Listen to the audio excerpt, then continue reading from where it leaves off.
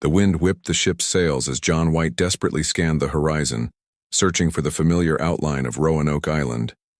3 years, 3 long, agonizing years since he had left his daughter, his newborn granddaughter, and over 100 trusting souls under his leadership. The weight of guilt pressed against his chest like an iron anchor. It was August 1590, and White was finally returning to the colony he had briefly governed in 1587. Sir Walter Raleigh, S. Venture, authorized by Queen Elizabeth I herself, should have been England's triumph in the New World, a permanent base that would solidify the English presence in the lands across the Atlantic. White vividly recalled the day the 117 colonists disembarked on the island. Sturdy men carrying tools, women holding their children with protective hands, all buzzing with the promise of a new life. And then, just 9 days after the birth of Virginia Dare, his tiny granddaughter, the first English baby to draw breath on that wild continent, White had been forced to sail back to England. Supplies were running low, reinforcements were needed. "I will be back before winter," he had promised his daughter Eleanor, holding her trembling hands. But fate had other plans. The damned war with Spain had erupted in all its fury. The Spanish Armada threatened the English coast, and every ship, every sailor, every resource was commandeered for the defense of the homeland. White had tried incessantly to secure a vessel, knocking on every door, pleading with every captain, but no one could or would risk a voyage to the New World while Spanish ships patrolled like hungry sharks. Now at last he was back. But the knot in his heart tightened with every nautical mile that brought them closer to the island. Something was wrong. He could feel it. When the ship anchored and the longboat touched the beach sand, White leaped onto the shore before the craft had even stopped completely. His feet sank into the familiar sand, but everything felt different, too silent. Where were the voices?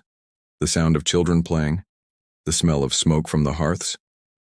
"Governor White," called out one of the sailors, pointing toward the woods ahead.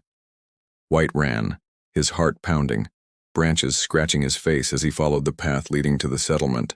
What he found chilled his blood. The settlement was deserted, completely empty.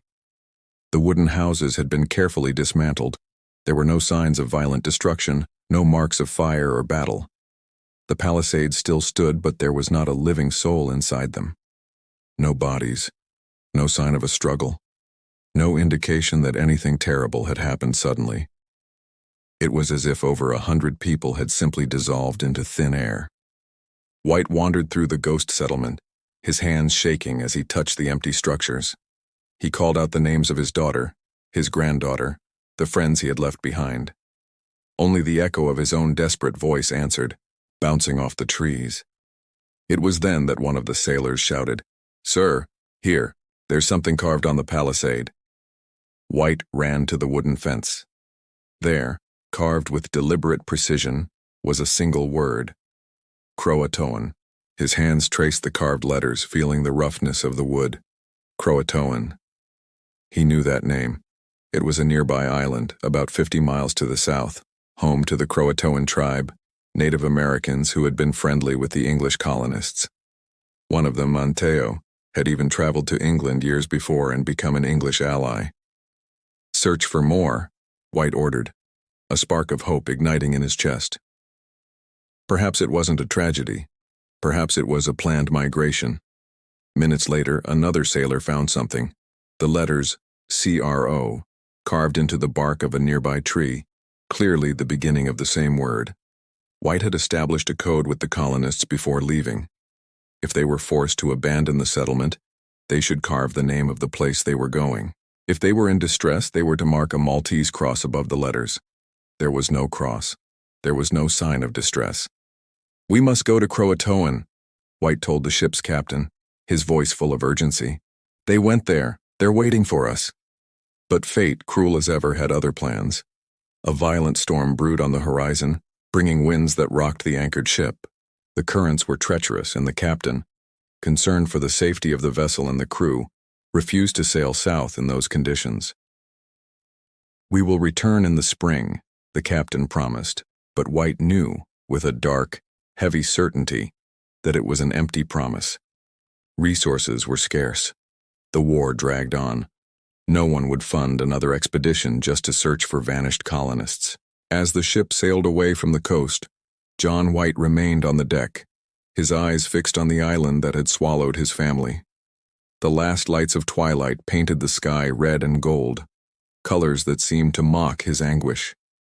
He never returned to Roanoke. The years passed and the story of the lost colony turned into legend, then into mystery, finally into myth. Subsequent expeditions searched for the missing settlers but never found conclusive evidence. Some explorers reported hearing stories from the natives about fair-skinned people living among inland tribes.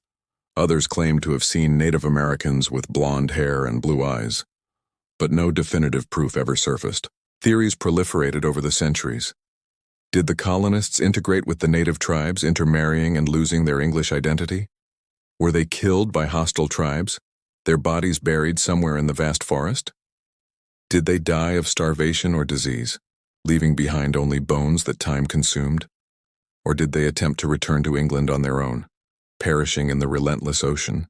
The word Croatoan remains a mysterious epitaph, a message from a past that refuses to yield its secrets. John White died years later, never knowing the fate of his daughter Eleanor and his granddaughter Virginia Dare, the first English child born in the New World. His final written record about Roanoke overflows with contained pain. And so, committing my earnest prayers into the hands of the Almighty, I put off to sea from the coast of Virginia. Even today, more than 4 centuries later, Roanoke Island guards its secret. Archaeologists excavate, historians debate, scientists analyze, but the lost colony remains lost, an enigma shrouded in mist and time. And on stormy nights when the wind howls through the trees of that haunted island, some say it is still possible to hear voices, whispers of men, women, and children who vanished without a trace, save for a single word carved into aged wood, an eternal mystery, an unsolved puzzle. A colony that disappeared into the void of history, leaving only questions that echo unanswered through the centuries.